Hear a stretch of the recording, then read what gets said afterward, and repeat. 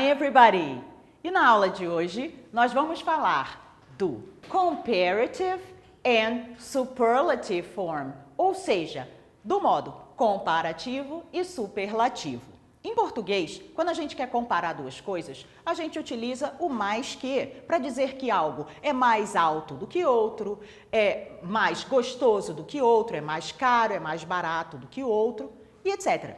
Em inglês, nós temos que observar principalmente o tamanho da palavra. O tamanho mesmo, de que forma ela é escrita, se ela é pequenininha, se ela é uma palavra grande, cheia de letras.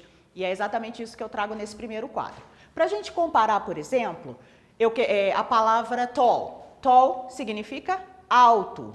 Quando eu quero dizer que alguém é mais alto do que outra pessoa, eu venho primeiro para o tamanho da palavra que eu vou usar como comparativo e vejo se ela é pequena, média ou grande. O tall, obviamente, é uma palavra pequena. Sendo assim, eu vou colocar no final dela mesmo esse ajudante, esse sufixo no final da palavra, er, e o tall vira taller, mais alto. E eu entro com o que depois? O than. Então, eu tenho alto e mais alto que. Eu tenho tall e taller than. Um outro exemplo de palavra pequena é o hot, quente ou calor. Se eu quero dizer que algo é mais quente, está mais quente ou está mais calor, eu venho com com a minha terminação do comparativo, que é o Nesse caso aqui, eu dobrei a letra, porque eu tenho consoante, vogal, consoante, ela dobra. Hot, hotter, hotter than, que, mais quente que. Lembrando então, hot, hotter than, quente, mais quente que. Eu tenho funny, que é engraçado. E aí você vai me perguntar, teacher, essa palavra é pequena ou grande? Gente, ela está ali no médio, concorda comigo? Ela não é pequenininha, igual hot, nem tall, mas ela está no médio. Ela não chega a ser uma palavra grande. Palavra grande são palavras dessa natureza. Expensive, por exemplo, populoso. Quando eu quero dizer que uma cidade é mais populosa, eu digo populated. Vou escrever para vocês aqui mais esse exemplo de uma palavra grande. Vou colocar aqui, ó, juntinho. Desculpa, ó. E eu vou deixar entre parênteses, tá? Populated. Mas eu preciso que vocês entendam a diferença entre o que é considerado uma palavra maior e o que é considerado uma palavra pequena ou mediana. No funny, no caso do funny, obviamente, se você comparar, ela é considerada uma palavra menor. Por isso, ela também vai ganhar esse sufixo, vai aumentar de tamanho e vai virar funnier than, ou seja, mais engraçado que. Então, eu tenho funny, engraçado, divertido, e eu tenho funnier than, mais divertido, mais engraçado que.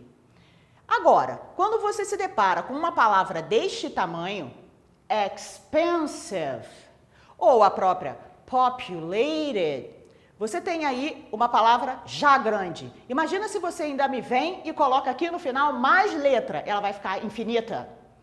Neste caso, a gente não cresce a palavra, ela já cresceu bastante. Você vai vir, vai colocar antes o more, que significa mais, e depois o than. More expensive than. Mais caro que. Se fosse mais populoso, como eu disse, more populated than. Ok? Então, primeira coisa que a gente tem que observar, tamanho da palavra. Se ela for pequena, ela pode crescer e ela cresce com o Aqui o Y caiu e ficou o IR. Eu tenho aqui, quando a palavra já é grande, ela não tem mais que crescer, nada de crescer. A gente adiciona o more antes e o than. Ok? Agora, nós temos o caso superlative, é o superlativo. Aqui, você não está comparando, você não está dizendo que algo é mais do que outro. Aqui, esse é o maior, o mais alto, o mais quente. Então, por exemplo, no tall, aqui, quando é mais alto que, eu boto than.